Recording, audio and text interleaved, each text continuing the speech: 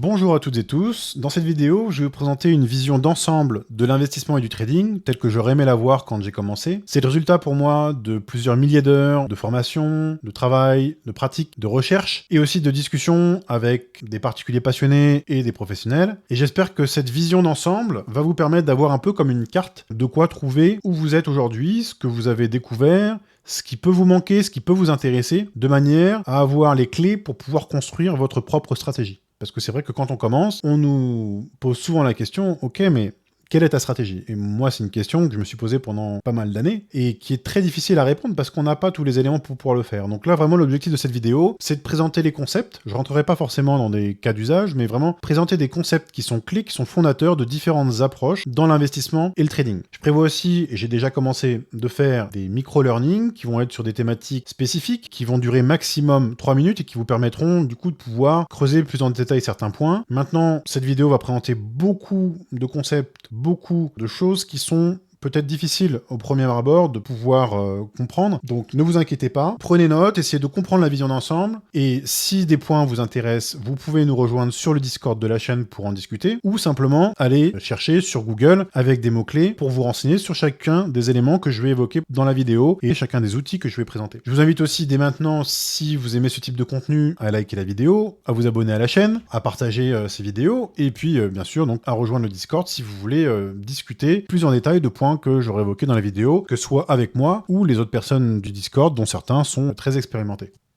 Donc, vous avez certainement vu un certain nombre de vidéos, peut-être que vous êtes tombé sur des vidéos d'analyse technique qui vous expliquent comment tracer des supports et des résistances, et qui à un moment, comme j'ai dit, va vous dire « oui, mais tout dépend de votre stratégie ». Vous allez pouvoir regarder des milliers d'heures de ces vidéos-là, et vous n'aurez pas nécessairement une vision, une compréhension suffisante de l'investissement et du trading pour être conscient des risques, être conscient de la méthodologie que vous devez mettre en place pour pouvoir, d'une part, donc maîtriser votre risque, et d'autre part, pouvoir être profitable. Donc ne pas perdre votre capital et pouvoir être profitable. Et la difficulté, c'est que ces différentes méthodologies, ces différentes approches sont très plurielles. Elles vont beaucoup dépendre de l'approche temporelle, des méthodologies utilisées, et aussi, elles vont généralement impliquer des communautés qui sont bien souvent, tant au niveau des particuliers qu'au niveau des professionnels, sont des communautés qui sont très souvent très silotées. Donc là, moi, mon objectif, c'est vraiment de casser ces silos, et au travers d'un cheminement tel que j'ai pu l'avoir en découvrant différentes étapes, puisqu'en général, quand on commence au début, bien souvent, on cherche à prédire le marché. Mais c'est finalement qu'une petite part de la réponse, parce que prédire le marché, ça peut permettre effectivement de maximiser les chances de son côté, mais si on ne sait pas également gérer son risque et son allocation, la prédiction ne pouvant pas être parfaite, parce qu'il y aura forcément des moments où on se trompera, il va falloir à un moment penser aussi à comment gérer son risque, comment se protéger quand on a tort. Donc on va commencer avec les acteurs et leur mode d'analyse, qui va vraiment présenter un peu cette première approche quand on aborde les marchés, qui est d'être capable de prédire l'évolution des marchés, de prédire un prix d'achat et un prix de vente qui vont nous mettre en profit, mais aussi, ça c'est généralement le cheminement qui vient un peu plus tard, quand on comprend qu'on ne peut pas toujours avoir raison et que personne n'a toujours raison, qu'il est impossible d'être certain de l'évolution du prix, d'un investissement, d'une rentabilité, eh bien on va prendre conscience de la pertinence de l'allocation et de la gestion du risque. On va aussi en prendre conscience quand par exemple on sentira qu'on n'a pas suffisamment de confiance dans nos positions, qui fait qu'on va être assez peu exposé au marché et que du coup, on va pas faire travailler notre capital parce qu'on aura peur. On aura peur pourquoi? Parce que justement, on n'est pas capable d'apprécier le risque que l'on prend. Et donc du coup, on va se positionner sur du très spéculatif en gardant pas mal d'argent de côté qui ne travaillera pas. Et ça, pour le coup, les professionnels l'ont bien compris et on le verra dans leur approche qui fonctionne plus en mode de portefeuille, bien généralement, qu'en trade avec money management. Mais je pense que c'est important vraiment d'avoir cette vision à la fois des différents modes d'analyse qui existent et la façon d'allouer et de gérer son risque qui va d'ailleurs aussi dépendre de la stratégie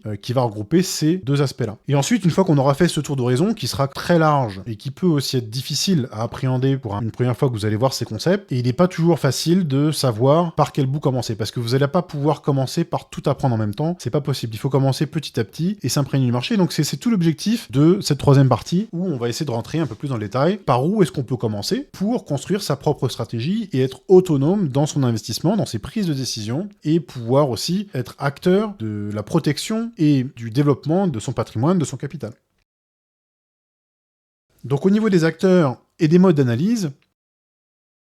on a d'une part des investisseurs et d'autre part des traders, mais qui en fait vont bien souvent être mélangés dans les approches, puisque la frontière peut être parfois assez fine. On a deux grandes catégories. d'une part les particuliers, qu'on appelle aussi retail, et d'autre part les institutionnels, des banques d'investissement, des banques privées, des hedge funds, des fonds de pension, des fonds de retraite, des assureurs, des émetteurs de produits financiers, comme pour des ETF par exemple. Et au niveau des particuliers, on va aussi trouver des professionnels particuliers, qui du coup seront autonomes, ne seront pas dans une institution, ils auront des capitaux qui seront conséquents à leur échelle, mais qui seront négligeables par rapport aux capitaux des institutionnels. Et donc on a vraiment déjà ces deux mondes qui ont des approches souvent assez différentes.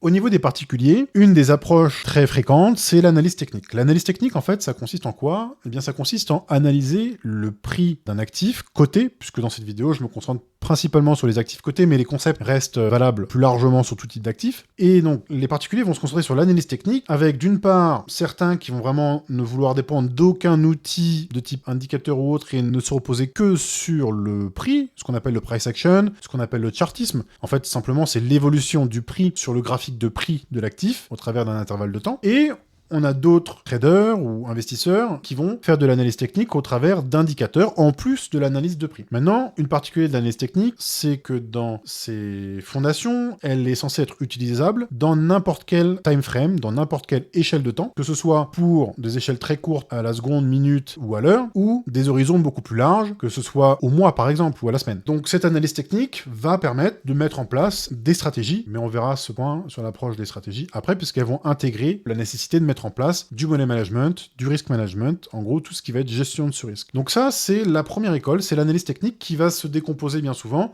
en deux parties, une approche chartiste et une approche d'analyse technique qui va intégrer les indicateurs. Ensuite, au niveau des particuliers, on a une deuxième école, l'école de l'analyse fondamentale. Et en général, on a rarement, sauf sur des investisseurs ou des traders expérimentés, on a rarement une ouverture d'une école vers l'autre ou de l'autre vers l'une. L'analyse fondamentale, elle va se concentrer généralement sur deux principaux aspects. D'une part, l'analyse macroéconomique sur la compréhension des cycles, par exemple, les cycles macroéconomiques, pour savoir comment se positionner, et d'autre part, l'analyse financière. Donc ça, c'est surtout le cas pour les entreprises, pour les actions, à savoir être capable, tant de façon quantitative, que ce soit donc sur des métriques financières, le compte de résultat, le chiffre d'affaires, le bilan, etc., que sur une approche qualitative, donc qui va être, elle, plus reposée sur la compréhension du business model et des forces de l'entreprise, va permettre comme ça d'évaluer l'intérêt d'une société et potentiellement aussi son niveau de valorisation. Mais les institutionnels, eux, ont une vision qui, depuis quelques décennies maintenant, est très fortement orientée et intègre d'autres composantes au travers de l'analyse quantitative, qui généralement va se concentrer sur deux aspects. Un aspect de valorisation, qui permet, au travers de l'usage de la statistique, puisqu'en fait, quand on parle d'analyse quantitative ici, on va parler de statistiques quantitatives, qui vont être utilisées pour faire des modèles, que ce soit des modèles donc de valorisation au travers de ce qu'on appelle des déterminants, qui sont en fait des facteurs extérieurs, qui vont permettre, au travers de régression, au travers de différents types de modèles, de pouvoir avoir une idée de la valorisation du juste prix d'un actif, de l'évolution du prix autour de ce juste prix. Et on va aussi avoir dans l'analyse quantitative une deuxième approche qui est l'approche d'allocation ou de gestion de portefeuille, puisque en étant avec un risque le plus maîtrisé possible, le plus exposé au marché, on peut maximiser nos gains. Parce que si notre argent n'est pas investi, il ne peut pas fructifier. Donc ça peut permettre de prendre des opportunités, mais sur les marchés, on a quand même des tendances long terme, et le fait de ne pas s'exposer au marché a un coût d'opportunité. Et donc le fait d'être alloué avec une bonne gestion du risque permet de maximiser aussi ses rendements sur la totalité de son capital, de son patrimoine. Donc maintenant, on va rentrer plus en détail. Je vais commencer par l'analyse technique. Donc, l'analyse technique, c'est en général, telle qu'elle est pratiquée, plus un art qu'une science, puisqu'elle va se baser sur des concepts plus de mécanique de prix, de comportement, de psychologie, d'ancrage par exemple, de prix, de liquidation, de logique de négociation. Elle va vraiment se concentrer là-dessus, et elle peut devenir un outil rationnel grâce au backtesting, soit le fait de tester des stratégies qui se basent sur l'analyse technique dans un historique passé, et voir du forward testing, soit optimiser cette stratégie dans le passé, et ensuite la tester sur un intervalle de temps qui n'aura pas été utilisé pour faire cette stratégie. Que ce soit un intervalle de temps qui existe déjà si on a fait la stratégie sur des données antérieures qui nous laissent une période pour pouvoir le faire, ou sur des données qui vont être des données d'actualité du marché. Donc cette approche statistique, elle permet de rationaliser l'analyse technique, mais bien souvent, l'analyse technique est avant tout plus une façon de lire l'évolution du prix et d'essayer d'y sortir un comportement pour pouvoir nous positionner ou anticiper un petit peu l'évolution de ce prix. Et en fait, l'analyse technique va nous permettre d'une part d'analyser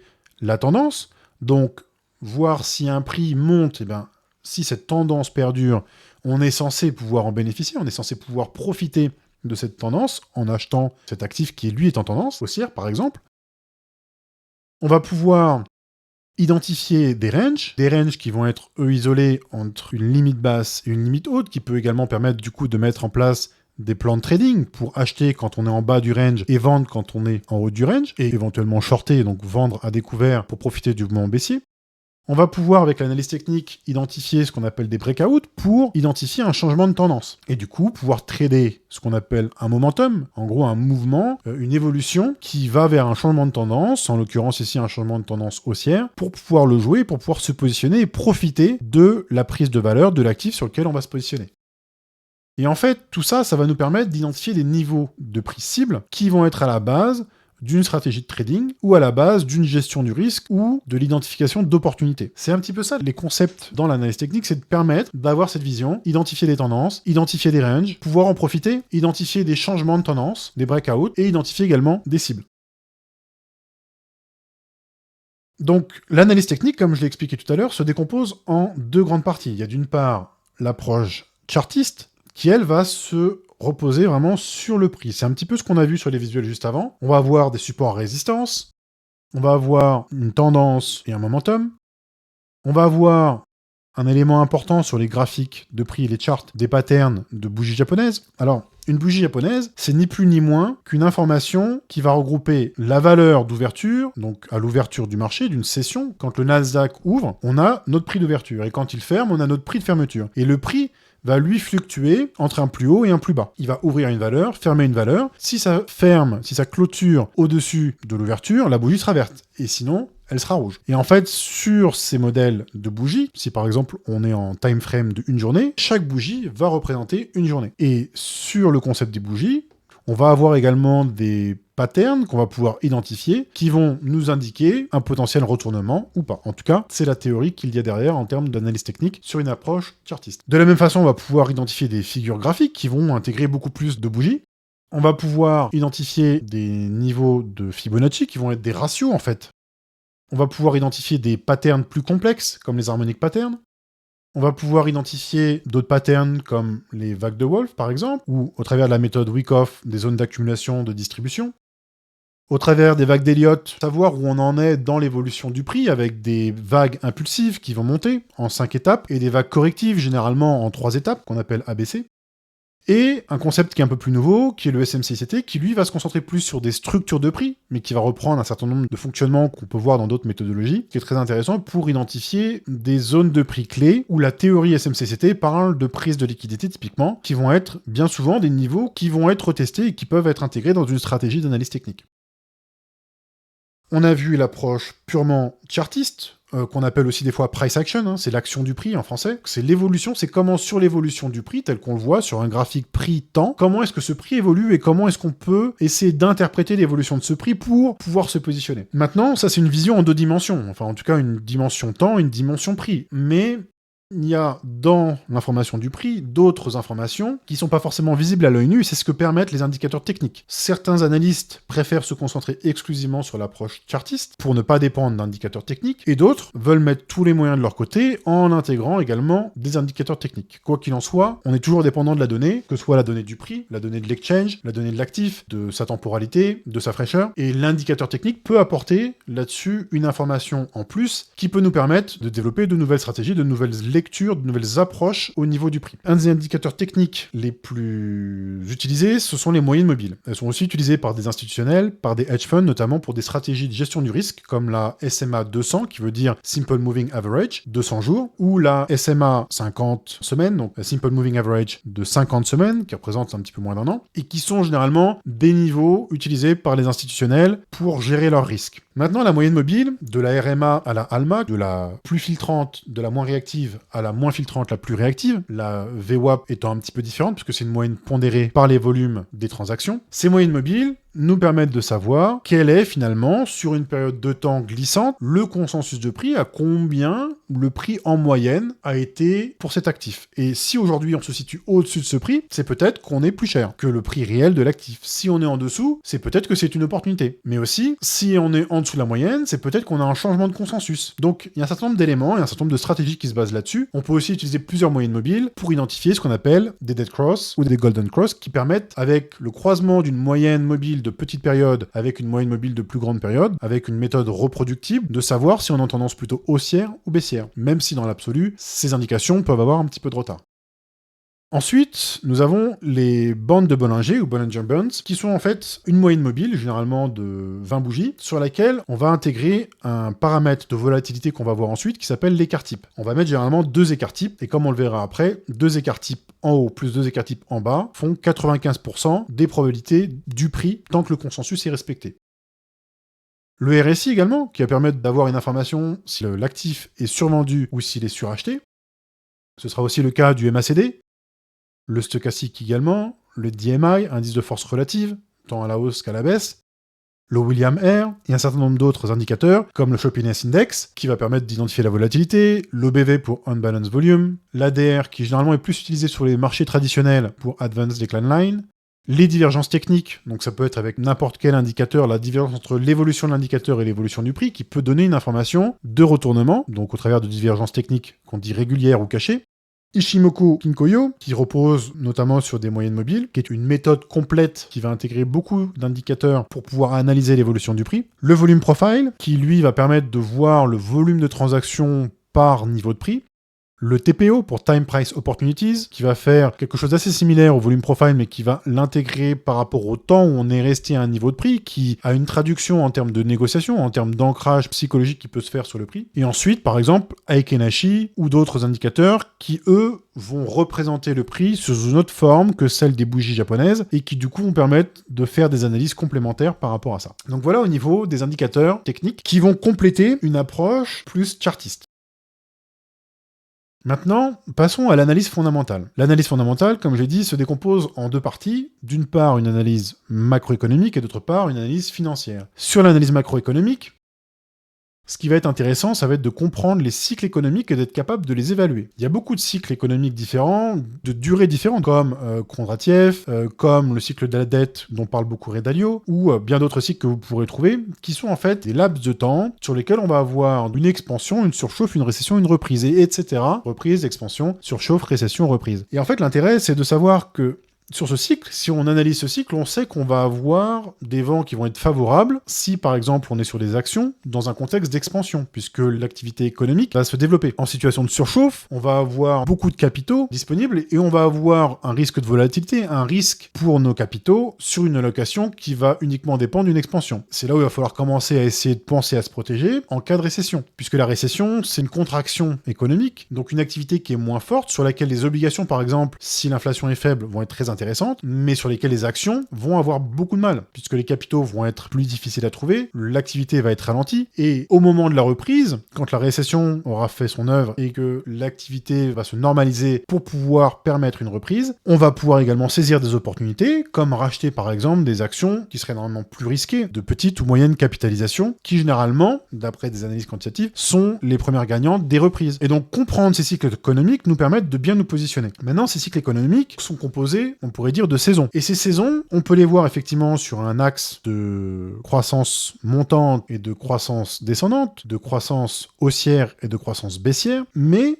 on peut aussi les voir sous la forme de cadrans économiques qui vont aussi intégrer l'inflation en baisse et l'inflation montante. Et c'est avec ces 2 axes-là qu'on va pouvoir identifier à l'instant T dans quel contexte est une économie, et aussi pouvoir mettre en place des stratégies qui vont intégrer la macroéconomie sur la bonne allocation au niveau des actifs en fonction de là où on se trouve et là où on est censé aller au travers d'indicateurs avancés. On a différentes saisons donc, avec l'expansion économique qui va se retrouver quand l'inflation chute mais que la croissance augmente. On va avoir la surchauffe où généralement on va avoir une inflation qui va croître avec les gains. En fait, l'économie s'emballe et c'est là généralement où dans le paradigme de la Fed, de la Banque centrale américaine, on a des augmentations de taux directeurs ou du quantitative tightening pour justement ralentir un petit peu l'économie qui est en surchauffe puisque le risque est sinon de partir sur une boucle prix-salaire, sur une forte inflation qui fait que l'activité va s'emballer et que la monnaie, que la valeur de la monnaie va être négative pour l'économie. Mais généralement, l'augmentation de ces taux directeurs, pendant un moment, avec l'inertie de l'inflation, risque de créer une situation stagflationniste. En tout cas, d'aller vers une stagflation. C'est un petit peu comme l'automne. Donc on avait le printemps, expansion, l'été surchauffe, et l'orientation vers la stagflation, qui est plutôt l'automne. Et enfin, l'hiver où on tombe sur un ralentissement économique avec une inflation qui est maîtrisée, voire très faible, qui est fortement en baisse. Et c'est dans ce contexte-là où la Banque centrale va pouvoir diminuer ses taux de directeur, voire faire du quantitative easing, à savoir le quantitative tightening, c'est la réduction du bilan d'une banque centrale. Donc ça veut dire que la Banque centrale va acheter moins d'actifs sur le marché pour mettre moins de liquidités sur le marché. Et le quantitative easing, ça veut dire qu'elle va acheter plus, par exemple des obligations. C'est des mécanismes qu'il faut appréhender, et donc ces cycles de liquidité vont aussi dépendre de ces deux facteurs de croissance et d'inflation. C'est pour ça que pour ma part, je trouve que les cadrans économiques qui sont aussi utilisés par Ray Dalio sont très intéressants parce que, notamment au travers d'analyses quantitatives, ces différentes saisons vont favoriser différentes classes d'actifs. Par exemple, le printemps, l'expansion économique va favoriser les actions de façon générale, que ce soit les actions de croissance ou les actions value. Les actions value qui sont des actions à un prix faible par rapport à leur valeur réelle. Pendant l'été, c'est généralement plus l'immobilier puisque les gens ont plus de capitaux de par l'expansion économique et ils vont être en capacité de pouvoir, avec des taux relativement faibles et des revenus relativement élevés, pouvoir investir au travers d'actifs comme l'immobilier par exemple. Et ensuite, on va avoir, dans le contexte de l'automne, un contexte qui va être très favorable plutôt aux matières premières et aux énergies. Et enfin, en hiver, quand il n'y a pas de croissance, eh bien avoir un rendement fixe que proposent les obligations permet de dégager de la rentabilité quand les actions, elles, seront en décroissance, que l'immobilier également, et que les matières premières, étant donné qu'il y a moins d'activité économique, eh bien au bout d'un moment, elles sont moins demandées, puisqu'il y a une contraction de l'économie, mais par contre, les obligations qu'on a pu détenir d'avant avec des taux intéressants permettent d'obtenir des rendements quand les autres actifs ne le permettent pas forcément. Et ensuite, quel que soit le cadran dans lequel on est, il y a toujours des opportunités de type value, surtout en hiver, printemps et été, où on va pouvoir acquérir des actions, mais ça peut également être d'autres actifs dans des marchés plus locaux. Et donc, bien comprendre ces différents cadrans permettent de voir par rapport à là où on en est en termes d'évolution macroéconomique, de voir au travers d'indicateurs avancés macroéconomiques quel type d'actif va être le plus enclin à performer. C'est ce qu'on appelle l'approche contracyclique qui vise en fait à prendre position quand on est sur un cadran et qu'on peut voir au travers d'indicateurs avancés et de la tendance macroéconomique qu'on se dirige vers un autre cadran sur lequel cet actif va vraisemblablement être favorisé. Même si, encore une fois, derrière, ce sont des statistiques et qu'en fonction des contextes, ça peut beaucoup varier. Mais ça donne quand même des informations précieuses sur la tendance macroéconomique qui va découler, ruisseler ensuite au niveau de la microéconomie, au niveau des investissements plus spécifiques qu'on va pouvoir prendre. Une autre approche est l'approche All-Weather Portfolio qui vise à mettre une proportion de son capital en fonction du retour sur investissement qu'on peut obtenir, de la volatilité et des évolutions, pouvoir diversifier au travers de différentes classes d'actifs son capital pour maximiser ses revenus avec un risque qui soit maîtrisé. Donc là, on a vu l'analyse macroéconomique. Maintenant, on peut voir l'analyse financière. L'analyse financière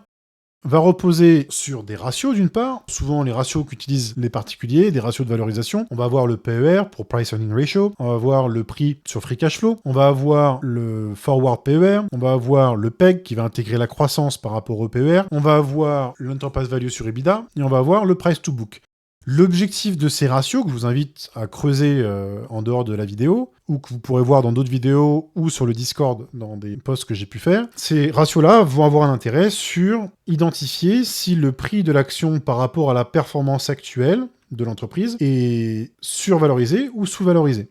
Ensuite, on va avoir des ratios de rentabilité, comme le ROS, le ROE, le ROIC, le ROA, qui vont permettre d'avoir une indication sur la rentabilité générée, les bénéfices que l'entreprise va pouvoir faire sur la base du capital investi. Donc ça, c'est intéressant pour voir si l'entreprise est efficiente dans le fait de générer de la rentabilité, de générer des profits au travers des investissements qu'on peut faire dessus, et de savoir si cette société est plutôt de qualité dans l'usage de son capital. Ensuite, on va voir les ratios de dette, dette to EBITDA, dette to equity, dette sur capitaux propres en français, debt to asset, soit dette sur actifs en français, qui vont être des informations sur le niveau d'endettement des entreprises. Il faut savoir par exemple sur debt to EBITDA que le ratio qu'on accepte en général est de l'ordre de 3, un multiple de 3 qui est accepté en termes de dette sur EBITDA. L'EBITDA, c'est le résultat qui permet d'avoir une vision opérationnelle de l'activité. Maintenant, c'est pas un terme qui est standardisé, les analystes préfèrent souvent plus le résultat opérationnel par exemple. Mais pour donner par exemple une métrique, une entreprise qui a un dette sur EBITDA qui est supérieur à 3, donc autrement dit choisit 3 années d'EBITDA, on pourrait dire de marge, pour rembourser sa dette, c'est généralement le seuil au-delà duquel on essaie de pas aller. Et la Fed a également communiqué le fait que si une entreprise arrive à 6 de ratio dette sur EBITDA, il y a un réel risque de défaut de l'entreprise. Donc ça, les ratios dette, c'est un point qui est très important, qui est souvent sous-estimé. On se concentre plus sur la croissance ou la valorisation. Mais le ratio de dette, en cas de crise ou de krach, peut vraiment faire une grosse différence dans la pérennité de ces investissements.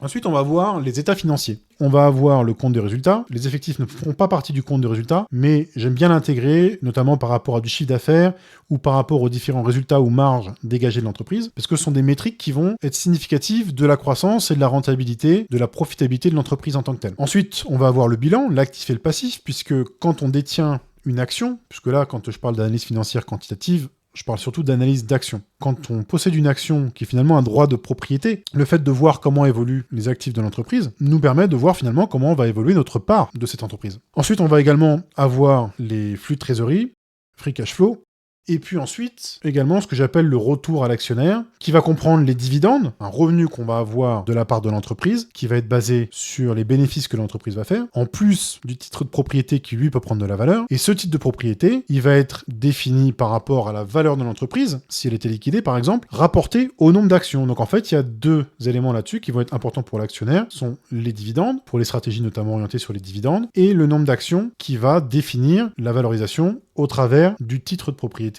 qui est l'action. Donc ça, ce sont les différents éléments qu'on peut considérer quand on analyse une action de façon financière au niveau quantitatif, parce que ce sont des données qui sont des données chiffrées. On va avoir également, plus dans le monde professionnel, ce qu'on appelle le discounted cash flow, qui va intégrer les données passées, notamment du compte de résultat, des flux de trésorerie, etc., dans un modèle sur les années passées et faire une prévision des années suivantes et intégrer les potentiels bénéfices futurs de l'entreprise pour savoir combien cette entreprise aujourd'hui vaudrait en termes de prix d'action. Donc voilà au niveau de l'analyse financière quantitative, et en général, elle se joint très souvent à l'analyse qualitative qui, elle, va se reposer sur le business model, qui va intégrer le moat, ou l'avantage concurrentiel durable, le positionnement de l'entreprise de façon géographique, de façon sectorielle en termes de produits, la stratégie également qui va avoir un impact. Donc c'est ça qu'on va essayer d'analyser et voir si l'entreprise a un vrai avantage sur son marché, si elle est pérenne, si elle va générer de la valeur sur la durée.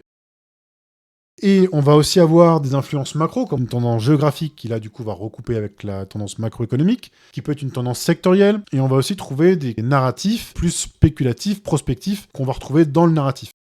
Et ensuite, on va avoir le management qui va avoir aussi un impact important, puisque un bon management va théoriquement être en capacité de bien gérer une entreprise.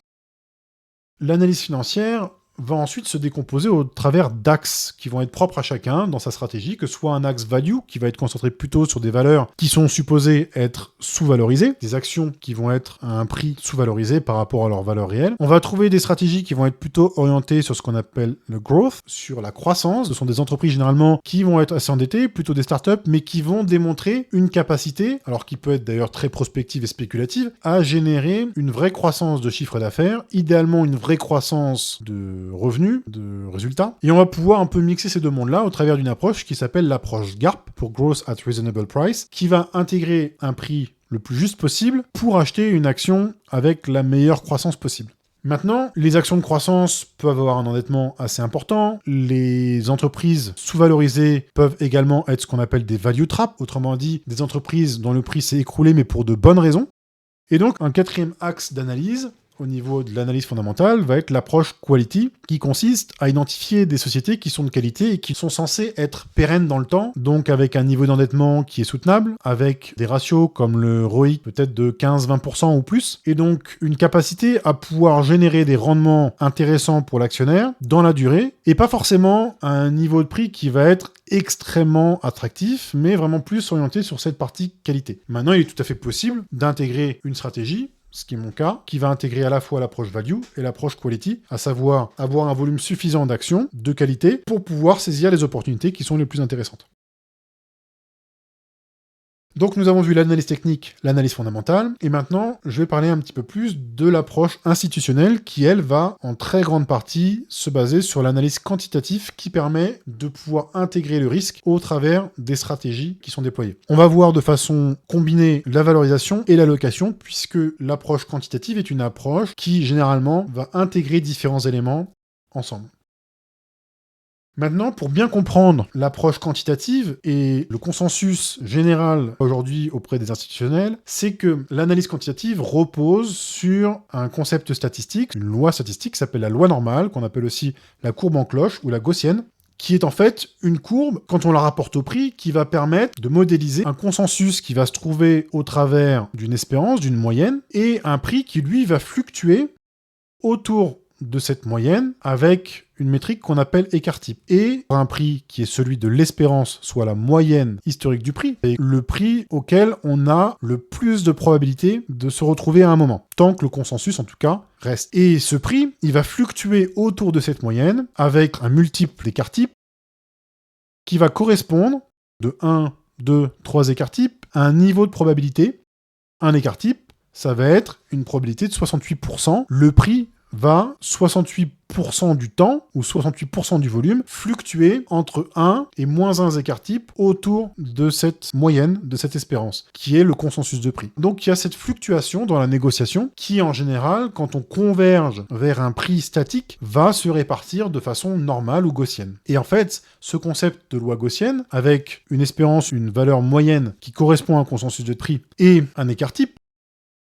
va permettre d'avoir différentes probabilités d'occurrence tant que le consensus existe et permet, au travers de statistiques quantitatives, d'avoir du coup une modélisation du comportement de ce prix. C'est très simple, l'exemple que je donne ici, mais c'est pour bien comprendre cette logique autour de la courbe gaussienne, qui est vraiment clé dans l'approche quantitative pratiquée aujourd'hui, même si d'autres approches, effectivement, arrivent. Mais tant qu'on est dans un contexte de consensus, généralement, on observe une répartition gaussienne de l'évolution du prix. Et cette loi gaussienne, c'est ce qu'on va retrouver également dans les bandes de Bollinger, c'est ce qu'on peut également observer dans le TPO, Time Price Opportunity, et également dans le Volume Profile, au travers du nombre de transactions. Et si vous observez ces indicateurs-là, que vous connaissez peut-être, si vous faites de l'analyse technique, vous observerez du coup des comportements, lorsqu'il y a consensus sur le prix, qui vont converger vers une répartition de type normal. Maintenant, les prix évoluent dans le temps, les consensus évoluent dans le temps, et on va avoir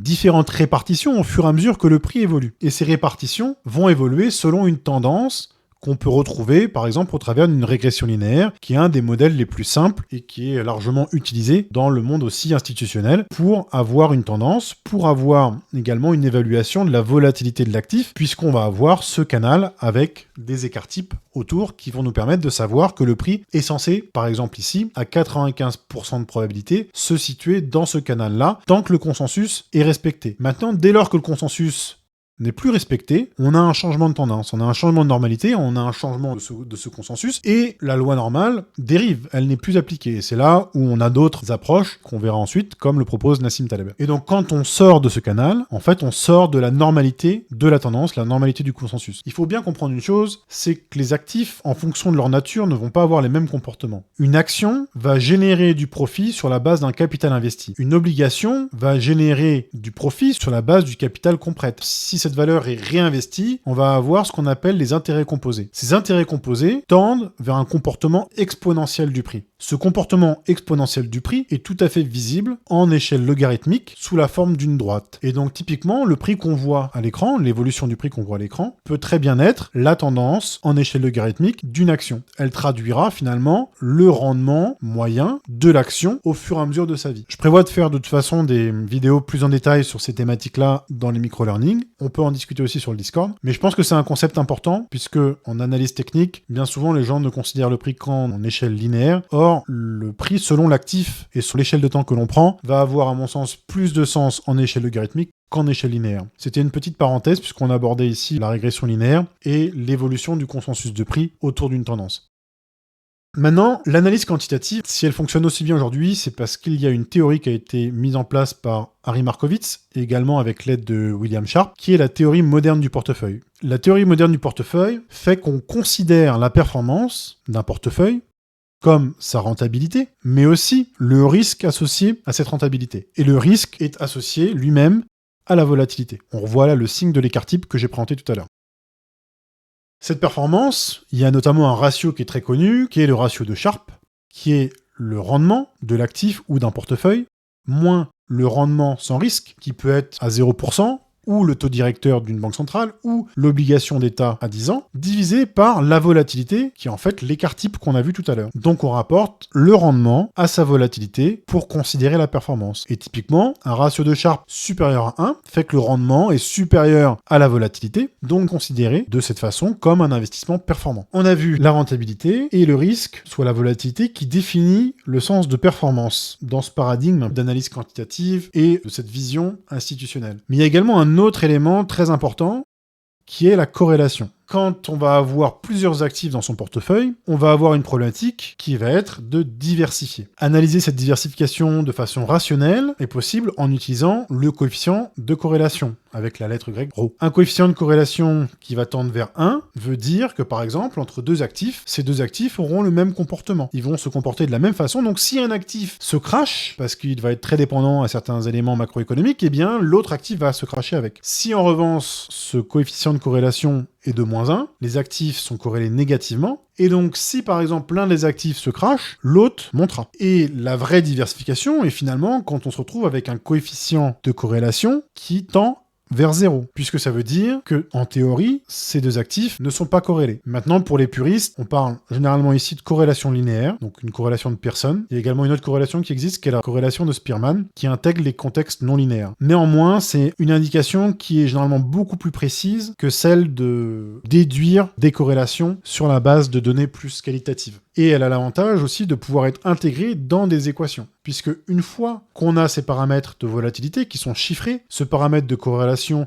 qui est chiffré, cette rentabilité qui va aussi être chiffrée, on va pouvoir identifier avec les différents actifs ce qu'on appelle la frontière efficiente. En fait, ce que ça veut dire, c'est qu'il existe un axe, une courbe, sur laquelle on va avoir un rendement espéré optimum par rapport au risque du portefeuille, à savoir la volatilité. Et c'est en jouant sur l'allocation, soit sur la diversification, en utilisant ce coefficient de corrélation, en créant une allocation optimum, qu'on va pouvoir se rapprocher de cette frontière efficiente. C'est pour ça que dans la théorie moderne du portefeuille et dans la vision des institutionnels, on a généralement plus une vision d'allocation de portefeuille qui va être finalement de trader un actif pour un autre pour rebalancer le portefeuille sur une pondération optimum, qui elle va se trouver au plus proche de la frontière efficiente et qui correspondra au niveau de risque accepté par leurs clients pour un niveau de rendement espéré. Et en fait, pour faire ça, on va être obligé de passer par ce qu'on appelle une optimisation. Pour vous donner le terme technique, c'est ce qu'on appelle une optimisation moyenne variance et qu'on va optimiser de façon convexe. Je vous laisserai vous renseigner plus en détail là-dessus si vous êtes intéressé.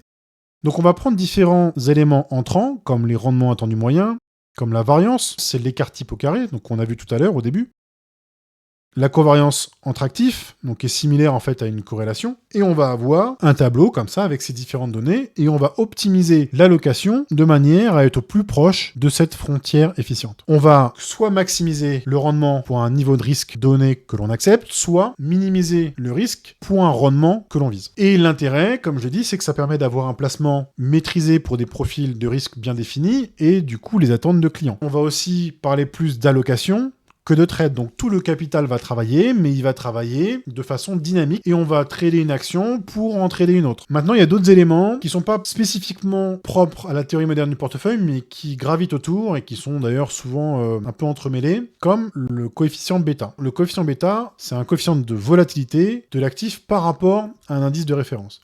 Et en fait, ce coefficient bêta va être utilisé dans le MEDAF ou le CAPM, Capital Asset Pricing Model, pour, en analyse financière, le rendement attendu, le coût du capital qu'on va intégrer dans l'approche DCF. Donc en fait, on part du principe que cet élément de volatilité va traduire une espérance de rendement propre à l'actif. Maintenant, les institutionnels, en général, préfèrent avoir des actifs avec un bêta le plus faible possible, puisque pour eux, la volatilité est du risque, et généralement, ils préfèrent avoir ce bêta le plus faible possible. On va voir un autre élément dont on peut parler aussi, qui des fois, dans son calcul, peut intégrer le bêta, qui est l'alpha. En fait, l'alpha, c'est très simple, c'est la performance d'un fonds, d'un portefeuille, par rapport à son indice de référence. Donc, c'est finalement la capacité à générer une performance supérieure à celle qu'on aurait sur un ETF, par exemple.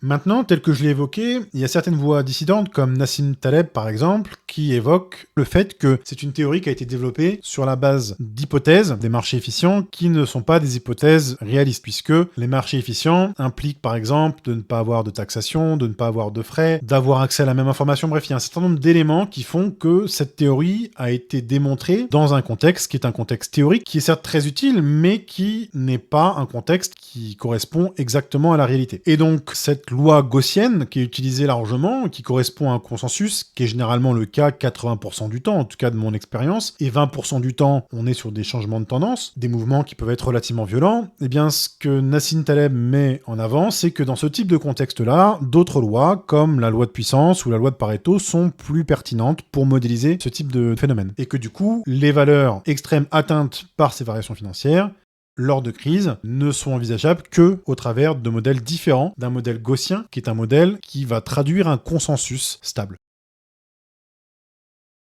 Voilà, donc on a fait un tour d'horizon des différentes approches en termes d'analyse, des différents acteurs. Je pense que c'est important parce que ça permet de vraiment mettre en avant, si vous voyez des contenus qui viennent plus d'institutionnels ou de particuliers, plus d'analyse technique fondamentale, ou peut-être quantitatif, mais je doute parce qu'il y a quand même assez peu d'informations sur la partie quantitative en dehors d'études que vous pouvez consulter de hedge funds américains ou d'études de recherche qui sont disponibles mais qui nécessitent quand même d'avoir une compréhension mathématique et statistique. Aujourd'hui, l'analyse quantitative est quand même assez peu disponible auprès des particuliers, sauf à passer par des ETF qu'on va voir après qui peuvent intégrer des logiques d'allocation quantitative derrière. Mais globalement, on a l'ensemble de ces possibilités quand on investit, l'ensemble de ces outils qui sont disponibles. Et pour ma part, j'utilise également l'approche quantitative au travers d'outils développés et de développement que je fais qui me permettent de bénéficier de ces théories, de ces approches-là, notamment en termes de gestion pour mon risque personnel.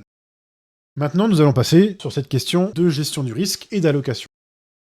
On a déjà un petit peu abordé le point au niveau macroéconomique avec les cycles, sur l'approche des différents cadrans. On a pu voir qu'on pouvait anticiper en termes d'allocation en fonction du cadran sur lequel on est censé aller, que ce soit tant par la tendance macroéconomique que des indicateurs avancés. Les indicateurs avancés étant très volatiles, c'est pas une information certaine, de toute façon aucune information n'est certaine en prévision, mais ça nous permet de pouvoir réfléchir à l'allocation de façon macroéconomique entre actions, immobilier, matières premières, obligations, et également devises et actifs numériques qui vont pouvoir se retrouver sur ces mêmes cadrans. Donc on va avoir différentes classes d'actifs. Ces différentes classes d'actifs, en fonction des cycles, vont être plus ou moins importantes. Néanmoins, quand on va avoir une approche de diversification, on va essayer d'avoir un patrimoine qui va être le mieux alloué possible dans une logique de diversification qui fait que si jamais on a un événement imprévu, qu'on appelle notamment signe noir, on ne perde pas tout et qu'on garde une certaine pérennité de notre patrimoine, de notre capital. Et pour ça, on va devoir donc allouer de façon judicieuse ces différents actifs. On va devoir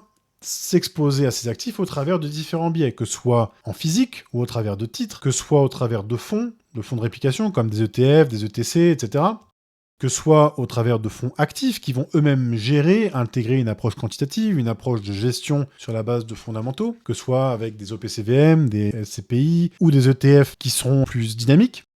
au travers de produits structurés, de contrats perpétuels, de contrats à terme, futurs en anglais, ou d'options, on va s'exposer du coup à ces différents actifs par rapport aux risques que l'on veut prendre, puisque chacun de ces éléments va engager des risques, et aussi par rapport à ce dont on a accès, tant en termes de marché et support, et également en termes de courtier, ou broker en anglais, ou exchange, dans le monde plus de la crypto des actifs numériques. Et tout ça va générer des particularités sur notre positionnement, sur notre allocation, qui vont être des particularités en termes de liquidité, des particularités en termes de fiscalité, des particularités en termes de frais, en termes de levier financier, et in fine, en termes de risque. Parce que par exemple, détenir de la pierre papier, ça va être relativement différent de détenir un actif physique. Détenir de l'or au travers d'un ETC, un fonds de réplication de l'or, va être différent puisqu'on va avoir une fiscalité, par exemple une flat tax, qui sera différente si on le détient physiquement chez soi. On va avoir un risque de cambriolage par exemple, on va avoir des frais de garde si on les met en banque, on va avoir une fiscalité différente que celle des plus-values en revendant un lingot. Donc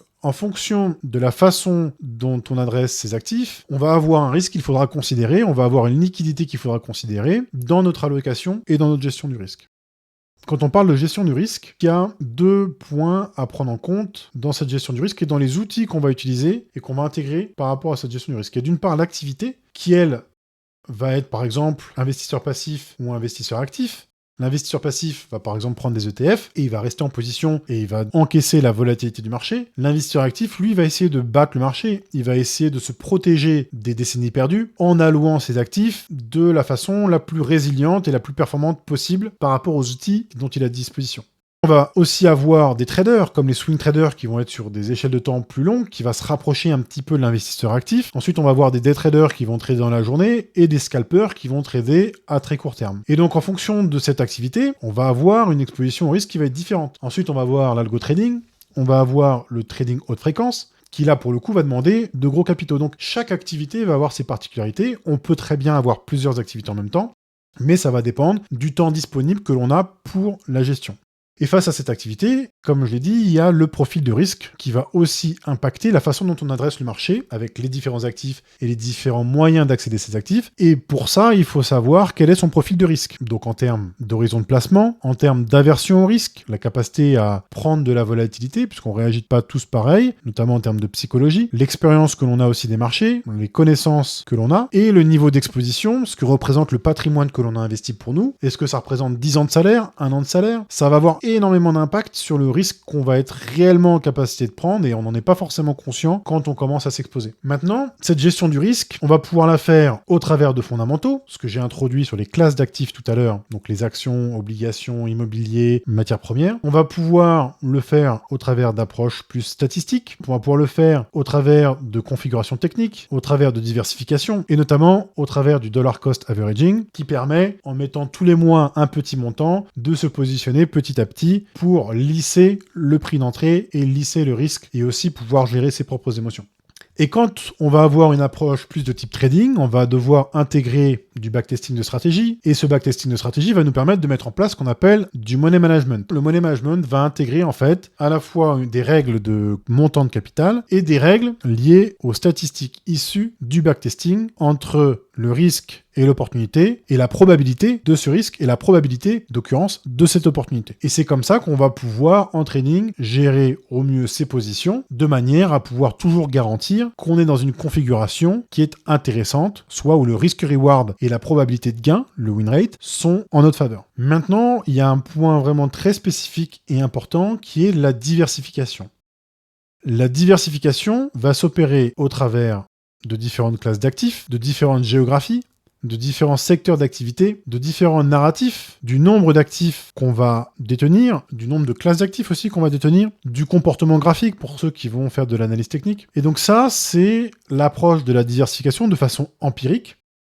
Et comme on l'a vu, on a également une autre approche, qui est une approche statistique, qui consiste à faire une matrice de corrélation, qui d'ailleurs, idéalement, va être faite sur différentes échéances de temps, puisque la corrélation entre plusieurs actifs peut évoluer dans le temps. Et ce sont donc ces deux approches qui vont nous permettre de pouvoir travailler notre diversification. Mais la diversification, elle prendra réellement sens qu'au moment de l'allocation. L'allocation peut être faite de façon empirique, c'est-à-dire que les actifs diversifiés qu'on a sélectionnés, il va falloir trouver le bon montant qu'on va mettre dans notre portefeuille. Et pour ce faire, on peut soit choisir de faire une équipondération, à savoir mettre le même montant sur chaque actif, ou le même montant sur chaque classe d'actifs. On va pouvoir le faire par rapport au risque que l'on estime de façon subjective, ou au travers d'analyses que l'on peut faire de l'économie, ou de notre appréhension du marché. On va pouvoir le faire par rapport aussi aux performances historiques, alors qui ne présagent pas non plus des performances futures, mais qui donnent tout de même une information par rapport à la tendance historique, et on peut espérer, même si c'est pas toujours le cas, que cette performance perdure. Et on va aussi pouvoir le faire, comme on l'a vu tout à l'heure, au travers de la statistique et de l'optimisation avec les rendements espérés, la volatilité minimisée, la décorrélation optimisée et intégrer aussi l'écart au consensus qu'on a vu. Typiquement, si on se situe dans une situation où on est loin du consensus et que l'on pense que le consensus est toujours d'actualité, eh bien, on a un fort risque de rattrapage. Et on va pouvoir faire également avec tout ça des simulations pour voir comment les choses évoluent en fonction des contextes. Et ensuite, on va également avoir l'approche macroéconomique, que ce soit sur les tendances macroéconomiques ou la cyclicité qu'on a vu tout à l'heure et qui peut régir notamment l'allocation en termes de classe d'actifs. Maintenant, par où commencer en fait? Comment est-ce que moi en tant que particulier, je peux commencer à réfléchir à ma propre stratégie, à ma façon de gérer de façon autonome et responsable mon patrimoine, dans l'optique où je veux le gérer moi-même et être responsable de mes performances. En tant qu'investisseur, on va avoir l'aspect de diversification qui va être très important. Pour ça, il y a déjà des travaux qui ont été faits. Typiquement, le All-Weather Portfolio, je pense, peut être une base intéressante à étudier pour pouvoir réfléchir à la façon de diversifier son patrimoine. Ensuite, les ETF est un moyen assez rapide de s'exposer au marché en prenant des risques qui, théoriquement, de par la diversification propre aux ETF, même si, effectivement, de façon capitalistique, certains ETF, comme le SP500 ou le Nasdaq, sont très surpondérés sur quelques valeurs, ça reste néanmoins, au travers d'un ETF MSCI World ou autre, ça reste néanmoins une façon de s'exposer au marché de façon assez simple et rapide, le temps de pouvoir monter en compétences. Ensuite, le dollar cost averaging, je pense, peut être un bon moyen, ne serait-ce qu'en termes de gestion de la psychologie, même sans parler du fait de moyenner le risque, même si statistiquement, rentrer all-in, one-shot sur des actifs est généralement ce qu'on dit de plus rentable, il suffit de tomber en plein début d'une décennie perdue pour se retrouver à avoir mis tout son cash au mauvais moment. Et psychologiquement, plus on va apprendre sur l'investissement et plus on va avoir ça en tête. Ensuite, l'analyse fondamentale d'action en tant qu'investisseur est un point essentiel. Comprendre les ratios, les comptes de résultats, les bilans, le cash flow pour pouvoir identifier des sociétés de qualité, des sociétés qui vont correspondre à son mode d'investissement, ça va être un point très important pour pouvoir évoluer sur une approche plus dynamique qui, en cas de décennie perdue, peut permettre d'éviter de se retrouver bloqué en perte pendant une décennie. Et un autre point important, c'est vraiment de documenter tout ça, de suivre les positions, de noter toutes ces positions, date, courtier, ordre, actif, quantité, prix, frais, qui seront de toute façon nécessaires pour la déclaration de ces impôts, de ces plus-values, mais aussi pour arriver à suivre un petit peu ce qu'on fait, surtout si on a plusieurs courtiers, plusieurs classes d'actifs. Vraiment avoir cette vision centralisée, c'est, je pense, essentiel pour faire quelque chose de durable, de construit et pouvoir s'améliorer. Maintenant, il y a également le cas du trader. Alors le trader, il peut avoir différentes échelles de temps, mais à mon sens, un trader doit de toute façon maîtriser le socle investisseur. Parce que le socle investisseur, c'est le socle long terme, c'est le socle qui travaille pendant qu'on fait autre chose. L'approche du trading est une approche similaire à celle d'un métier. Il va falloir suivre et comprendre l'activité, le calendrier économique, et également développer une stratégie, typiquement choisir une école d'analyse technique, par exemple les bandes de Bollinger, avec les bulles de Bollinger, et les moyennes mobiles, en termes de gestion du risque, par exemple, qui est aussi utilisé par des professionnels, et qui permettent de pouvoir faire du backtesting par actif, autrement dit, être capable d'arriver à reproduire son analyse et ses prises de décision de manière à pouvoir avoir des statistiques dans le temps de sa méthodologie et par actif, puisqu'une stratégie d'analyse technique va, premièrement, évoluer dans le temps, mais elle va aussi être plus ou moins performante en fonction des actifs. Ensuite, on va avoir le money management qui va s'intégrer une fois qu'on a ce backtesting pour savoir quel risque-reward j'accepte par rapport à la probabilité que ce risque ou que cette opportunité se produise. Et c'est comme ça qu'on va pouvoir construire sa stratégie, qu'on va devoir la documenter au travers d'un logbook qui va faire la même chose que ce qu'on fait sur l'investissement, mais en plus intégrer des éléments propres à l'exécution, propres à la psychologie et à la stratégie qu'on aura mis en place. Ne serait-ce que noter les émotions, par exemple, quand en général on est sur le point de faire un trade qui va être très gagnant, il y a de fortes chances qu'on n'ait pas envie de le prendre, il y a de fortes chances qu'on ait peur. Quand on est sur le point d'avoir une très grosse perte, il y a de fortes chances qu'on ait envie de dire à tout le monde qu'on a plein de gains, il y a de fortes chances qu'on se dise que ça va continuer comme ça pendant longtemps, et c'est là toute la difficulté en termes de psychologie sur la partie trading, et qu'on peut aussi avoir en tant qu'investisseur si on est plus dynamique, ou en tout cas si on a une stratégie qui évolue dans le temps en fonction de différents éléments. Mais c'est important, je pense, de mettre en place un processus reproductible qui permettra du coup de définir, de construire une stratégie de trading. Et ensuite, pour aller plus loin, on peut continuer à creuser la gestion du risque et l'allocation, par exemple avec des simulations globales et par portefeuille, avec une allocation générale suivant la macroéconomie, avec de l'optimisation quantitative, avec des simulations et des statistiques détaillées de trading, mais on va aussi pouvoir industrialiser, c'est-à-dire mettre en place des outils, des indicateurs qui vont nous permettre de gagner du temps, qui vont nous éviter des erreurs, mettre en place un processus et une stratégie qui nous permettent de pouvoir capitaliser et faire des statistiques dessus, pouvoir éventuellement automatiser, même si c'est quand même assez complexe et clairement je ne le recommande pas parce que ça nécessite d'une part d'avoir une stratégie qui soit reproductible et d'avoir des systèmes qui soient fiables et c'est relativement compliqué de pouvoir avoir une approche là-dessus, mais pourquoi pas, hein, si c'est votre volonté, vous pouvez très bien vous orienter sur l'algo trading ou du trading plus automatisé que vous pourrez programmer ou paramétrer. Et ensuite, mettre en place des alertes de prix ou sur signal d'indicateur de manière à ne pas passer non plus sa vie devant les écrans puisque ça peut vite devenir très très chronophage. Maintenant, le trading, notamment le day trading et le scalping, ne se passe que devant l'écran. Et c'est un métier en fait. Maintenant, je vais vous présenter ma propre façon de fonctionner. Je commence en général plutôt par une approche macroéconomique que je vais faire de façon mensuelle, qui va me permettre d'avoir également des forecasts. Et cette approche macroéconomique va me permettre de travailler à mon allocation en termes de classes d'actifs, qu'on a vu tout à l'heure. Et ensuite, je vais également intégrer dans mon arbitrage les aspects quantitatifs par rapport aux opportunités de prix entre la valorisation que j'évalue moi avec mes modèles et le prix auquel je peux acheter les actifs. Je vais appliquer ça sur les différentes classes d'actifs, que ce soit obligataires, monétaires, les matières premières, l'immobilier, les actifs numériques, sur lesquels jusqu'à maintenant, et c'est peut-être moins le cas, une part de hype était très importante. Et je vais faire un autre travail qui là va être plus spécifique pour les actions, où je vais utiliser un screener avec des critères qui sont à la fois quantitatifs, techniques et fondamentaux pour identifier un volume d'actions qui me permettent d'avoir suffisamment d'opportunités pour vraiment prendre les opportunités qui sont vraiment intéressantes, que je vais analyser et filtrer dans un premier temps au travers des fondamentaux et de la valorisation fondamentale, et ensuite au travers de l'analyse quantitative sur la valorisation comme je l'ai fait sur les autres classes d'actifs que j'ai mentionné tout à l'heure sur l'arbitrage quantitatif par rapport aux opportunités.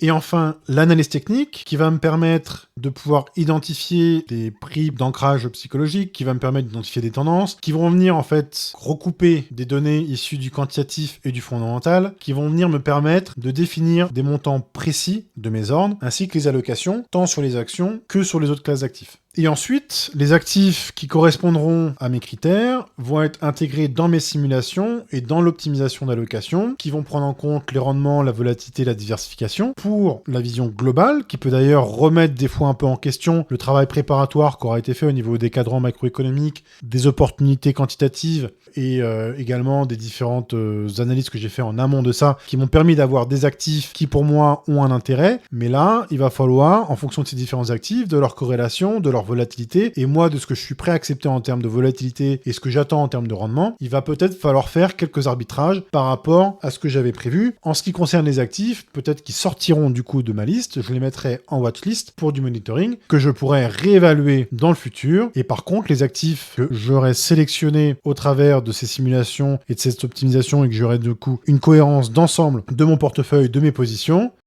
constitueront du coup mon allocation globale et par portefeuille.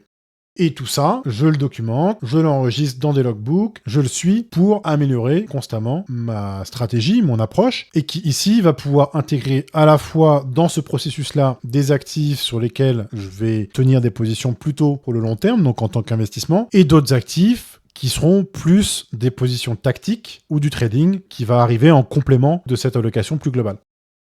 Voilà, et écoutez, j'espère que cette présentation aura été claire, qu'elle vous servira, que vous avez apprécié, que vous avez pu apprendre des choses. Je sais que c'est une vision d'ensemble qui du coup est extrêmement complète et lourde et pas forcément simple à intégrer dès le premier coup, ça nécessitera peut-être de faire des recherches, mais l'idée là c'était vraiment de vous donner une vision d'ensemble sur tous les outils à votre disposition. Si vous avez des questions par rapport à différents outils que j'ai pu évoquer, vous pouvez vous joindre au Discord, dont vous avez le lien en description, qui vous permettra de discuter avec moi ou d'autres membres du Discord expérimentés pour avoir plus d'informations sur les différents points que j'ai évoqués. Je vous invite également à vous abonner pour pouvoir être alerté des micro-learning quand ils sortent. Il y en a déjà quelques-uns qui sont sortis. L'objectif, c'est vraiment qu'en 3 minutes, vous ayez toutes les bases pour comprendre le concept derrière. Voilà, et bien si cette vidéo vous a plu, je vous invite à mettre un pouce sur la vidéo, à vous abonner, et je vous dis à la prochaine.